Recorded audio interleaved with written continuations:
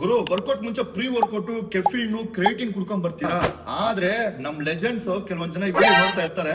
ಅವ್ರು ಏನ್ ಮಾಡ್ತಾರೆ ಅಂದ್ರೆ ಸ್ಮೋಕ್ ಮಾಡ್ಕೊಂಡು ಜಿಮ್ಗೆ ಬರ್ತಾರೆ.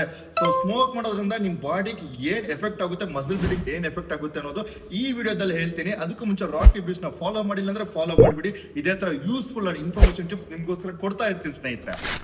ನೀವು ಸ್ಮೋಕ್ ಮಾಡಿದಾಗ ನಿಮ್ಮ ಬಾಡಿಯಲ್ಲಿ ಕಾರ್ಬನ್ ಮೊನಾಕ್ಸೈಡ್ ಅಂಡ್ ನಿಕೋಟಿನ್ ನಿಮ್ಮ ರೆಡ್ ಬ್ಲಡ್ ಸೆಲ್ಸ್ ಜೊತೆ ಬೈಂಡ್ ಆಗುತ್ತೆ. ಹಂಗೆ ಬೈಂಡ್ ಆಗೋದ್ರಿಂದ ಏನಾಗುತ್ತೆ ಅಂದ್ರೆ ಆಕ್ಸಿಜನ್ ನ ಆಚೆ ತಳ್ಳಿಬಿಡುತ್ತೆ. ಸೊ ನಿಮ್ ಬ್ಲಡ್ ಅಲ್ಲಿ ಲೆಸ್ ಆಕ್ಸಿಜನ್ ಇರುತ್ತೆ. ಸೊ ಬ್ಲಡ್ ಅಲ್ಲಿ ಆಕ್ಸಿಜನ್ ಕಮ್ಮಿ ಇದ್ರೆ ಅಫ್ಕೋರ್ಸ್ ಮಸಲ್ ಅಲ್ಲಿ ಆಕ್ಸಿಜನ್ ಮಸಲ್ ರೀಚ್ ಆಗಲ್ಲ. ಅದರಿಂದ ಏನಾಗುತ್ತೆ, ಸ್ಟಾಮಿನಾ ತುಂಬಾ ಕಡಿಮೆ ಇರುತ್ತೆ. ವರ್ಕೌಟ್ ಮಾಡಕ್ ಎನರ್ಜಿನೇ ಇರಲ್ಲ, ರಿಕವರಿ ಆಗಲ್ಲ. ಬಾಡಿಗೆ ಆಕ್ಸಿಜನ್ ಕೊಡೋ VO2 ಮ್ಯಾಕ್ಸ್ ನ ಕಮ್ಮಿ ಮಾಡುತ್ತೆ. ಅದ್ರ ಜೊತೆ ನಿಮ್ಗೆ ಹೈ BP ಅಂಡ್ ಅದರಿಂದ ವರ್ಕೌಟ್ ಮಾಡೋ ಟೈಮ್ ಅಲ್ಲಿ ನಿಮ್ಗೆ ಎನರ್ಜಿ ಸಿಕ್ಕಲ್ಲ. ಯಾಕಂದ್ರೆ ಆಲ್ರೆಡಿ ಹಾರ್ಟ್ ಬಂದ್ಬಿಟ್ಟು ತುಂಬಾನೇ ಸ್ಟ್ರೆಸ್ ಆಗಿರುತ್ತೆ ಬಿಕಾಸ್ ಆಫ್ ಸ್ಮೋಕಿಂಗ್. ಸೊ ನೀವೇನಾದ್ರೂ ಫಿಟ್ನೆಸ್ ಜರ್ನಿ ಸ್ಟಾರ್ಟ್ ಮಾಡ್ಬೇಕಂತ ಇದ್ರೆ, ಫ್ಯಾಟ್ ಲಾಸ್ ಮಸಲ್ ಗೇನ್ ಯಾವ ಗೋಲ್ ಅನ್ನ ಇರ್ಲಿ ಗುರು, ಈ ಸಿಗರೇಟ್ ನ ಪ್ರೀ ವರ್ಕೌಟ್ ಆಗಿ ಕನ್ಸ್ಯೂಮ್ ಮಾಡೋದು ದಯವಿಟ್ಟು ಬಿಡಬೇಕು. ಯಾಕಂದ್ರೆ ಇದರಿಂದ ಮಸಲ್ ಗ್ರೋತ್ ಆಗೋದು ಸ್ಟಾಪ್ ಆಗುತ್ತೆ, ರಿಕವರಿ ಸ್ಟಾಪ್ ಆಗುತ್ತೆ, ಟಯರ್ಡ್ ಆಗುತ್ತೆ. ವರ್ಕೌಟ್ ಟೈಮ್ ಅಲ್ಲಿ ಮಸಲ್ ಗೆ ಆಕ್ಸಿಜನ್ ಸಿಗಲ್ಲ.